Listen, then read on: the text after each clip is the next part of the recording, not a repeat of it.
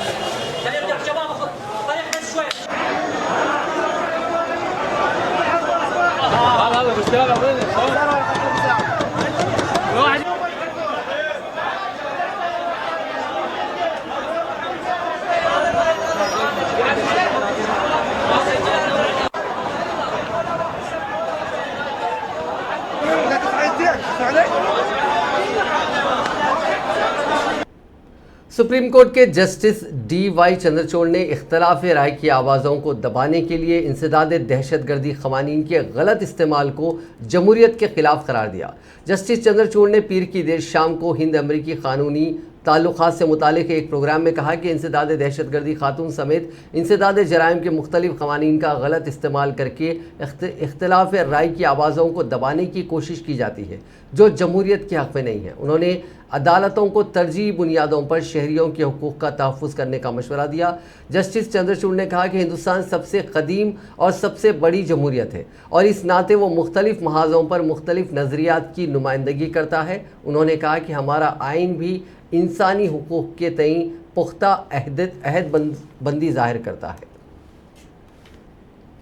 वज़ीर-ए-आज़म नरेंद्र मोदी ने मंगल के रोज़ वीडियो कॉन्फ्रेंसिंग के ज़रिए ओलंपिक जाने वाले हिंदुस्तानी स्क्वाड से बातचीत की। इसमें तीरंदाज दीपिका कुमारी और Pravin Jadhav, tennis star Sania Mirza, javelin thrower Neeraj Chopra, athlete Dutee Chand, boxer Ashish Kumar और Mary Kom, table tennis player Manika Batra और Sharath Kamal, wrestler Vinesh Phogat, swimmer Sajan Prakash, shooter Elavenil और हॉकी के मनप्रीत सिंह समेत 15 खिलाड़ी शामिल हुए। वज़ीर-ए-आज़म ने शटलर PV सिंधु से भी बातचीत की। PM ने इस दौरान बताया कि जब सिंधु बैडमिंटन प्रैक्टिस करती थी तो उनके माँ बाप आइसक्रीम खाने से रोका करते थे।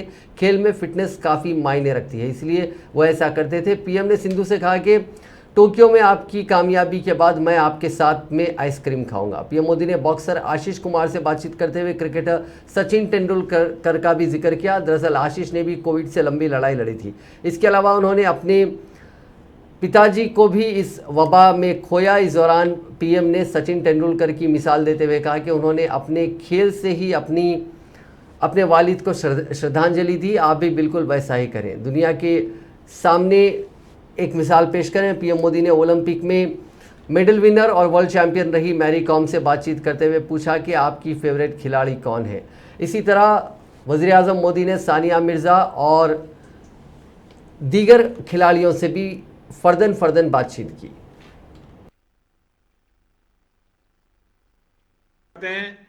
सानिया जी नमस्ते। नमस्ते सर। सानिया जी, आपने कई ग्रैंड स्लैम्स जीते हैं, बड़े बड़े खिलाड़ियों के साथ आपने खेला है। आपको क्या लगता है कि टेनिस का चैंपियन बनने के लिए क्या खूबियां होनी चाहिए? क्योंकि आजकल मैंने देखा है कि टियर 2 टियर 3 सिटी में भी आप लोग उनके हीरो हैं और वो टेनिस सीखना चाहते हैं।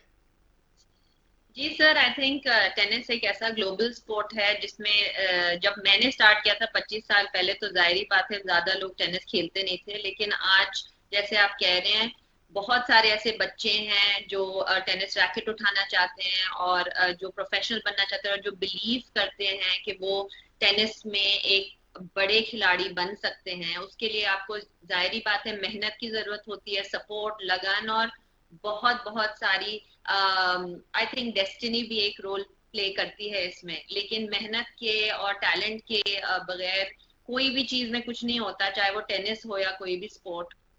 जी नमस्ते। नमस्कार सर। मुझे बताया गया कि कोरोना की पहली वेव के दौरान आप सभी साथी बेंगलुरु में एक साथ रहे, सबने मिलकर कोरोना का मुकाबला किया, और इससे टीम स्पिरिट पर क्या असर पड़ा? सर एक्चुअली मैं कहना चाहूंगा कि गवर्नमेंट का उस टाइम बहुत ज़्यादा सपोर्ट रहा था, क्योंकि हम लोग यहाँ पे बेंगलोर में कैंप में थे। तो उस वक्त ये था कि हम लोगों ने ऐसे अपनी टीम को कैसे हम लोग स्ट्रॉन्ग कर सकते हैं उसके ऊपर काम किया। हम लोगों ने एक दूसरे के प्लेयर्स के बैकग्राउंड के बारे में जाना कि हाँ कि किससे कैसे प्लेयर ने अपना बैकग्राउंड स्टार्ट किया, कैसे उनकी फैमिली ने सेक्रीफाइस किया कि अपने बेटों अपने बच्चों को यहाँ तक पहुँचाने के लिए। उस चीज़ के बारे में जाना कि हाँ कि इससे क्या है कि हमारी टीम बॉन्डिंग है वो और ज़्यादा स्ट्रांग होगी। और ये था कि सर हम लोगों ने यही माना था कि हमारे पास अभी एक और साल बाकी है, तो हम लोग अपने आप को और कैसे बेहतर कर सकते हैं। तो हम लोगों ने दूसरी टीम के बारे में स्टडी की, कैसे उनका क्या प्लस पॉइंट्स है, क्या वीक पॉइंट्स हैं, कि कहाँ पे हम लोग उनको हर्ट कर सकते हैं। तो ये चीज़ें काफ़ी हमारे लिए हेल्पफुल रही सर। ओलंपिक में हॉकी में हमारे देश का बहुत शानदार इतिहास रहा है। ऐसे में स्वाभाविक है हिमाचल प्रदेश और उत्तराखंड समेत कई पहाड़ी रियासतों में बारिश का कहर जारी है। बारिश के बाद हुई लैंडस्लाइड की वजह से हिमाचल में 10 घर बह गए। हादसे में 3 लोगों की मौत हो गई, जबकि एक एमबीबीएस के तुलबा सहित 12 लोग लापता हो गए। हिमाचल के नागरोटा बगवा में 10 साल की लड़की बह गई, जिसकी लाश 300 मीटर दूर मिली। वहीं टूरिस्ट स्पॉट भाग सुनाग में 12 कारें और 1 दर्जन से ज़्यादा मोटरसाइकिलें बह गई। धर्मशाला के चैत्रू गांव में माझी नदी अपना रास्ता बदलकर सड़क पर बहने लगी। उधर बिहार के मुजफ्फरपुर में बारिश की वजह से सड़कें नदी में तब्दील हो गई। यहां नाव चलानी पड़ रही है। पटना समेत बिहार के कई जिलों में रुक रुक कर बारिश हो रही है। मुजफ्फरपुर में तो हालात इतने ख़राब हो चुके हैं कि सड़कों पर नावें चलानी पड़ रही हैं। लोग छत पर रहने को मजबूर हैं। यहाँ बूढ़ी गंडक नदी का लेवल काफ़ी बढ़ गया है। इस बीच लोगों ने इस नाव चलाने के लिए मनमाने पैसे वसूल करने शुरू कर दिए हैं। लोगों का कहना है कि मुजफ्फरपुर के जिस ढाब महल्ले में बाढ़ जैसे हालात हैं, वहाँ 10,000 लोग रहते हैं, लेकिन इंतज़ामिया ने सिर्फ 2 बोट्स का इंतज़ाम किया है।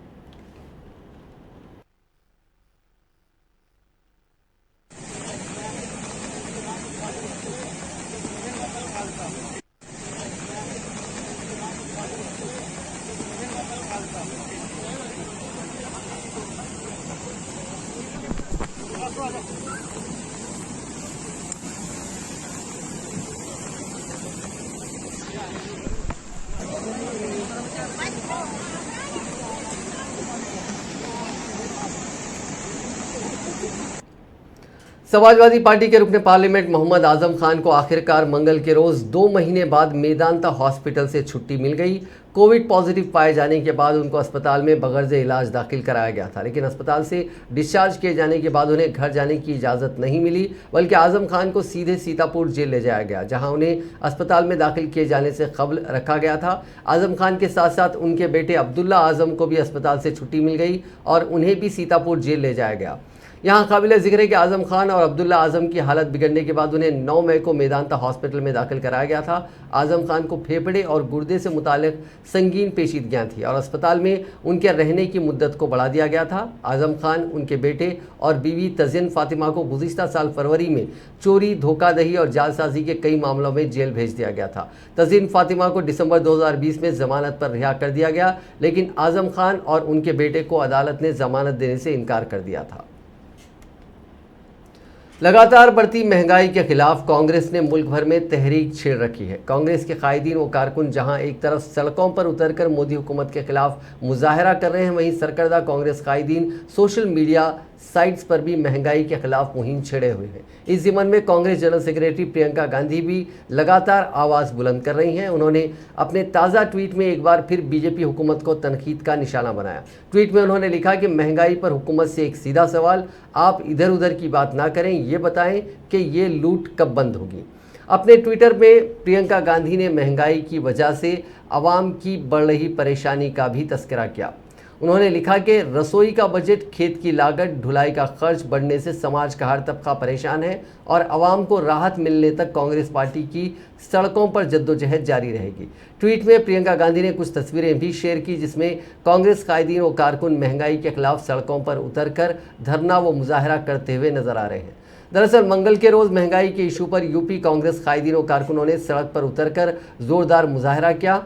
यूपी के कई हिस्सों में कांग्रेस कायदीन महंगाई को लेकर मुजाहरा करते और मरकजी और यूपी हुकूमत के खिलाफ नारेबाजी करते हुए नजर आए। मुजाहरे के लिए कांग्रेस कारकुन कहीं बैलगाड़ी से पहुंचे तो कहीं रिक्शे से। मुजाहिरीन पेट्रोल और डीजल की बढ़ती कीमतों को लेकर मरकज की मोदी हुकूमत को मुतनब्बा करते हुए नजर आ रहे थे और कह रहे थे कि अगर कीमतों में लगातार इजाफा जारी रहा तो एहतजाजी मुजाहरों में मजीद शिद्दत पैदा की जाएगी।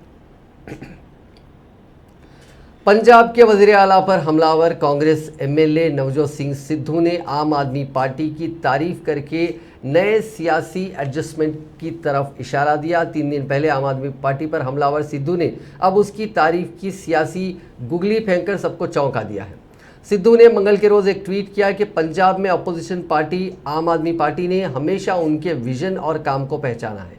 2017 में बेअदबी, ड्रग्स, किसान और करप्शन के मुद्दे हों या अब रियासत का मौजूदा बिजली का बहरान हो या फिर अब मैं पंजाब मॉडल पेश कर रहा हूं, वो जानते हैं कि हकीकत में पंजाब के लिए कौन लड़ रहा है। बता दें कि 3 दिन पहले दिल्ली की अरविंद केजरीवाल हुकूमत के पंजाब में थर्मल प्लांट बंद करने की पिटीशन को लेकर सिद्धू ने हमला बोला था। उन्होंने कहा था कि आम आदमी पार्टी चाहती है कि पंजाब में थर्मल प्लांट बंद हो जाए, पंजाब में बिजली का बहरान से पंजाबियों को परेशानी हो और किसानों की फसल बर्बाद हो जाए।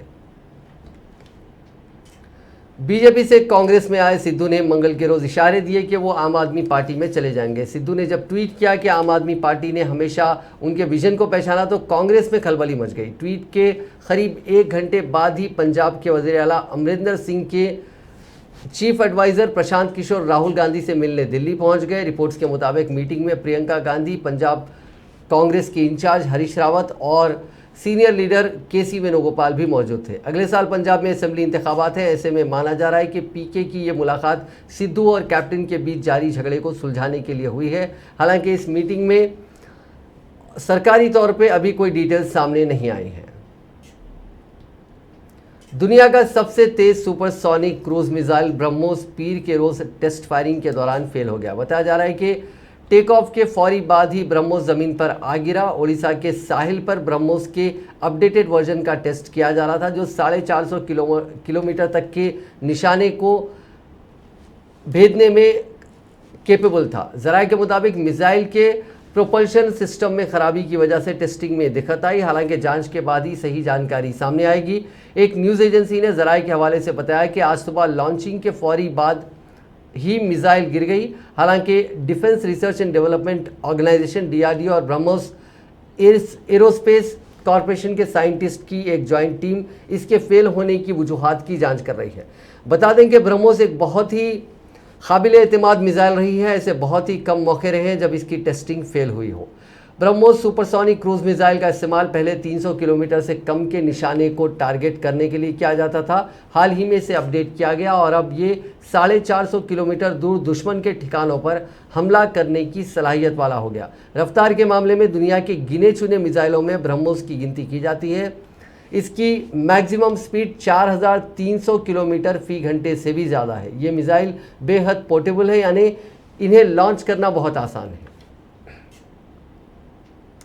अब बात कोरोना वायरस की। दुनिया में कोरोना के मामले एक बार फिर बढ़ने लगे हैं। दुनिया में पीर के रोज 3,91,897 लोगों की कोरोना रिपोर्ट पॉजिटिव आई। इस दौरान 3,96,303 लोगों ने वबा को मात दी और 6,443 लोगों की इन्फेक्शन के दौरान मौत हुई। इस बीच इंडोनेशिया और ब्रिटेन में कोरोना के हालात बद से बदतर होते जा रहे हैं। बीते दिन दुनिया में सबसे ज़्यादा 40,427 मामले इंडोनेशिया और 34,471 मामले ब्रिटेन में आए। ब्रिटेन में हालात इसलिए ज़्यादा तशवीशनाक है क्योंकि यहाँ 19 जुलाई से सारी पाबंदियाँ हटाने की तैयारियाँ की जा रही हैं।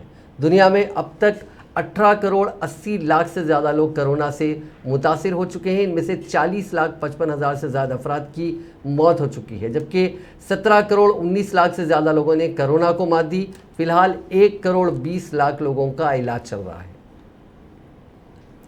हिंदुस्तान में कोरोना मुतासरीन की अमवात में 27 दिन बाद अचानक उछाल आया है। पीर के रोज़ 2024 लोगों की मौत दर्ज की गई। इससे पहले 2000 से ज़्यादा अमवात 16 जून को सामने आई थी। तब 2329 लोगों की मौत दर्ज की गई थी। इसमें 1481 अमवात के मामले सिर्फ मध्य प्रदेश में सामने आए हैं। हालांकि रियासत के 1478 पुराने केसेस एडजस्ट करने की वजह से ऐसा हुआ है। महाराष्ट्र में भी पहले ऐसा किया जा चुका है। वहां 9 जुलाई को पुरानी अमवात के एडजस्टमेंट के बाद 738 अमवात रिकॉर्ड की गई थी। इसके बाद भी मुल्क भर में हुई अमवात का आंकड़ा 1207 तक ही पहुंचा था। एक रिपोर्ट के मुताबिक पुरानी अमवात को एडजस्ट करने की शुरुआत 17 मई को की गई थी। इसके बाद जून के आखिरी 2 दिन और जुलाई के शुरुआती 2 दिनों में लगातार 2 महीने पुरानी अमवात के आंकड़े जोड़े गए थे। बीते 24 घंटों में नए मामलों में बड़ी गिरावट दर्ज की गई। 30,818 नए मुतासरीन की पहचान हुई। 48,916 ठीक हुए। मुल्क में एक्टिव केसेस यानी इलाज करा रहे मरीजों की तादाद में 20,126 की कमी आई। ये बीते 14 दिन में सबसे ज़्यादा है। इससे पहले 28 जून को 20,872 एक्टिव केसेस कम हुए थे। कि जहां एक स्थाई पर पूरे विश्व में जब करीब 9 लाख केसेस प्रति रोज के हिसाब से रिपोर्ट हो रहे थे 29 अप्रैल के समय में, और उसके बाद कंटिन्यूस बेसिस पर उन केसेस में कमी आ रही थी, तो पिछले कुछ दिनों से ग्लोबली विश्व में भी हम केसेस में एक ग्रोथ नोट कर रहे हैं। Higher number of cases are getting reported across the world which remains a cause of concern. और उसी को हम further state country wise analyse करें तो हम देखेंगे कि जैसे यूनाइटेड किंगडम में जहां पर एक पीक आई थी इन फरवरी और 59,000 केसेस के करीब रोज केसेस रिपोर्ट हो रहे थे, वहां पर केसेस कम होने के बाद फिर से एक distinct rise in cases note किया जा रहा है और करीब 34,000 के करीब केसेस प्रति रोज के हिसाब से रिपोर्ट हो रहे हैं।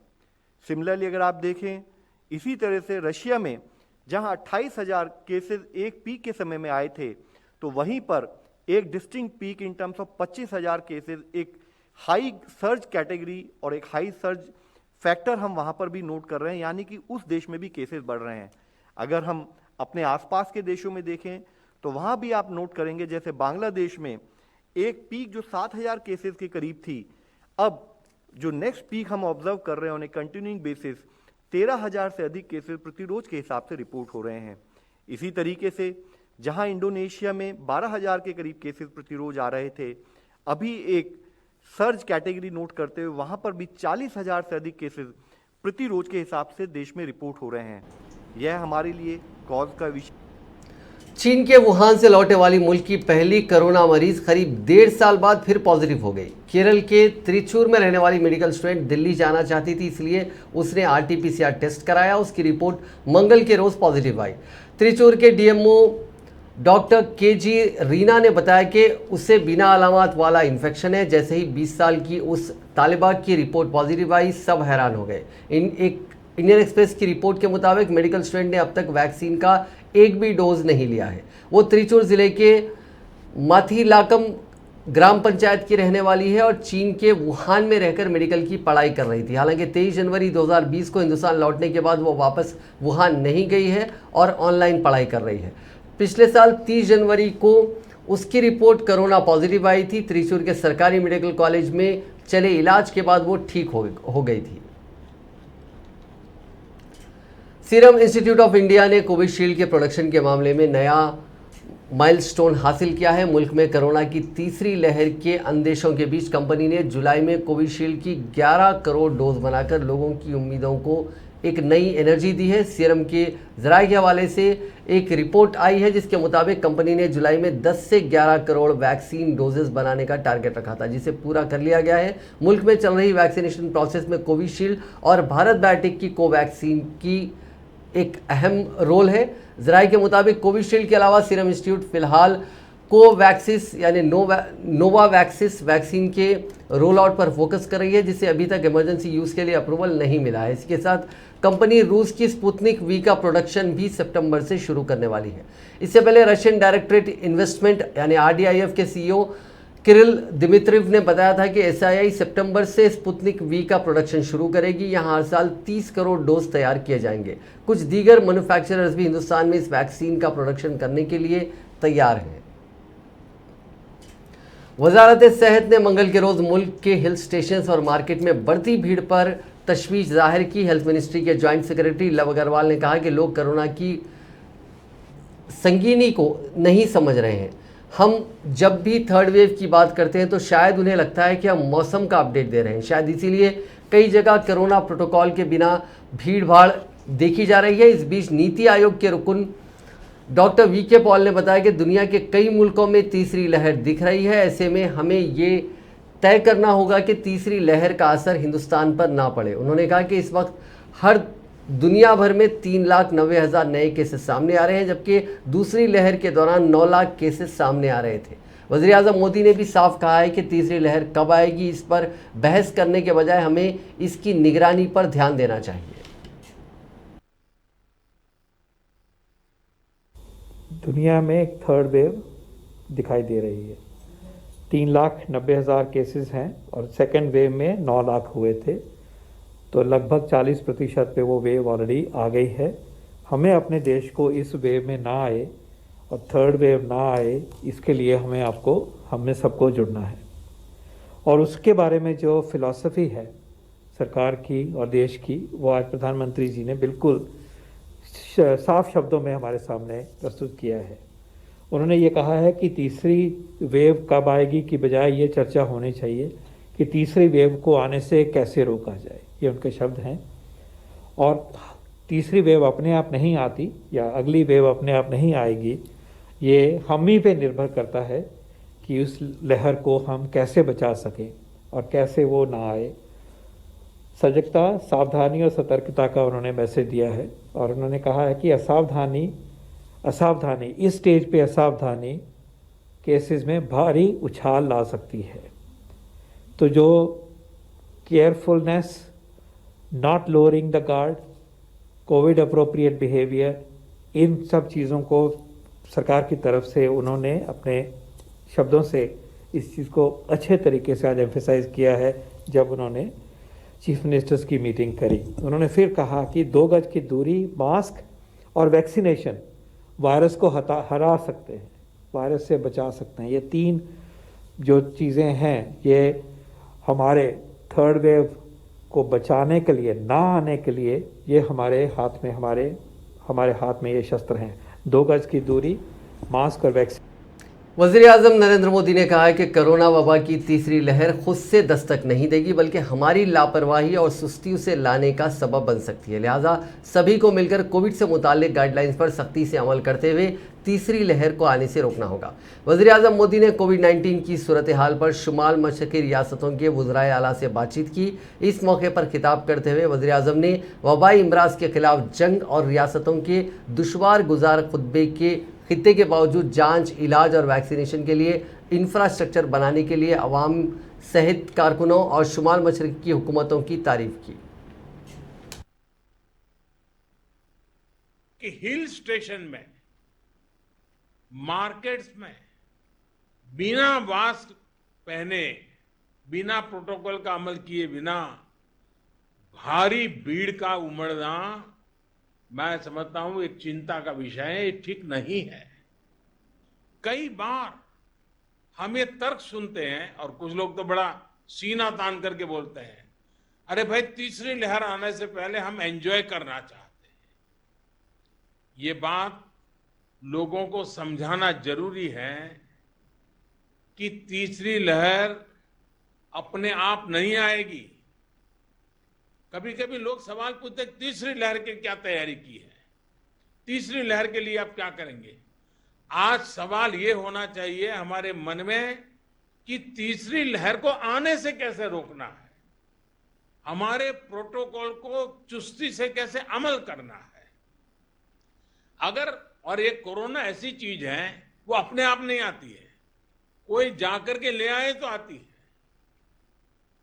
और इसलिए हम अगर इन चीजों को बराबर सावधानी करेंगे तो हम तीसरी लहर को ही रोक पाएंगे। आने के बाद क्या करेंगे वो एक विषय है, लेकिन आते हुए रोकना। कांग्रेस ने कहा कि मुल्क में टीके की कमी है और नए वजीर सेहत भी इसकी दस्तयाबी पर सच नहीं बोल रहे हैं, इसलिए साल के आखिर तक पूरी आबादी का वैक्सीनेशन करने का हुकूमत का दावा सही नहीं लगता। कांग्रेस के सीनियर लीडर और साबिक मरकजी वजीर पी चिदम्बरम ने मंगल को एक प्रेस कॉन्फ्रेंस में मीडिया के सवाल पर कहा कि साबिक वजीर सेहत हर्षवर्धन टीके की दस्तयाबी पर सच नहीं बोल रहे थे और उसकी कीमत उन्हें वजारत के ओहदे से हाथ धोकर चुकानी पड़ी। डॉक्टर हर्षवर्धन खुद पेशे से डॉक्टर थे और वो सूरत हाल को समझते थे, लेकिन उन्होंने मुल्क में वैक्सीन की दस्तयाबी पर सच नहीं बताया। उन्होंने कहा कि नए वजीर सेहत मनसुख लाल मंडाविया भी टीके की दस्तयाबी पर सच नहीं बोल रहे हैं। उनका कहना था कि हुकूमत को वैक्सीन की पैदावार में इजाफा करना चाहिए, लेकिन मौजूदा सूरत हाल में इसके लिए ऐसा करना मुमकिन नहीं हो रहा है। कांग्रेस के लीडर ने कहा कि अगर साल के आखिर तक पूरी आबादी की टीकाकारी का हदफ हासिल करना है तो मुल्क में इस वक्त 80 लाख से ज़्यादा लोगों को रोज़ाना टीके लगने चाहिए, लेकिन हाल ये है कि एक दिन में आधे लोगों को ही टीके लग पा रहे हैं। मुल्क में टीके की कमी है और सिर्फ स्पुतनिक वी टीका ही दरामद हो पा रहा है। Inflation target of 4 plus or minus 2%. Consumer price inflation has breached the upper limit of 6% and is now, according to the NSO's press release yesterday, 6.2%. साबिक क्रिकेटर यशपाल शर्मा का मंगल के रोज़ 66 साल की उम्र में दिल का दौरा पड़ने की वजह से इंतकाल हो गया। वो 1983 वर्ल्ड कप विनिंग टीम के रुकन थे। 2011 में महेंद्र सिंह धोनी की कप्तानी में वर्ल्ड कप जीतने वाली टीम को चुनने में भी यशपाल का अहम रोल था। वो सिलेक्शन कमेटी के रुकन थे। यशपाल शर्मा पंजाब के लुधियाना शहर के रहने वाले थे। उन्होंने क्रिकेट से संन्यास लेने के बाद कुछ दिनों तक एम्पायरिंग भी की थी। बाद में उन्हें टीम इंडिया का सिलेक्टर अपॉइंट किया गया था। हिंदुस्तान ने क्रिकेट का पहला वर्ल्ड कप 1983 में जीता था। इस टीम का हिस्सा यशपाल शर्मा भी थे। यशपाल को बेहतरीन क्रिकेटर बनने में फिल्म एक्टर दिलीप कुमार ने भी बहुत अहम रोल निभाया था। खुद यशपाल शर्मा ने इस बात को कबूल किया था। उन्होंने कहा था कि जब तक मैं जिंदा हूं दिलीप साहब मेरे पसंदीदा रहेंगे। लोग उन्हें दिलीप कुमार कहते हैं, मैं उन्हें यूसुफ भाई कहता हूं। उन्होंने ही क्रिकेट में मेरी ज़िंदगी को बनाया है। यशपाल ने मुल्क के लिए 37 टेस्ट में 33.46 की औसत से 1606 रन बनाए थे। इसमें 2 सेंचुरीज के साथ ही 9 हाफ सेंचुरी बनाए थे, जबकि 42 वनडेज में उन्होंने 28.48 की औसत से 883 रन बनाए थे। इस दौरान 4 हाफ सेंचुरीज भी लगाई थी। नेपाल में मंगल के रोज़ शेर बहादुर देओबा ने वज़ीर आज़म के ओहदे का हलफ ले लिया। वो 5वीं बार नेपाल के वज़ीर आज़म बने हैं। सदर विद्या देवी भंडारी ने कॉन्स्टिट्यूशन के आर्टिकल 76(5) के मुताबिक उनके अपॉइंटमेंट को मंजूरी दे दी है। नेपाल के सुप्रीम कोर्ट ने पीर के रोज़ उन्हें 2 दिन के अंदर वज़ीर आज़म बनाने का हुक्म दिया था। इसके साथ ही कोर्ट ने तहलील शुदा पार्लियामेंट को बहाल करने को भी कहा था। शेर बहादुर देओबा नेपाल में अब तक अपोजिशन में रही पार्टियों के गठबंधन की हुकूमत बनाएंगे। इस गठबंधन में नेपाली कांग्रेस, CPN और दीगर पार्टियां शामिल हैं।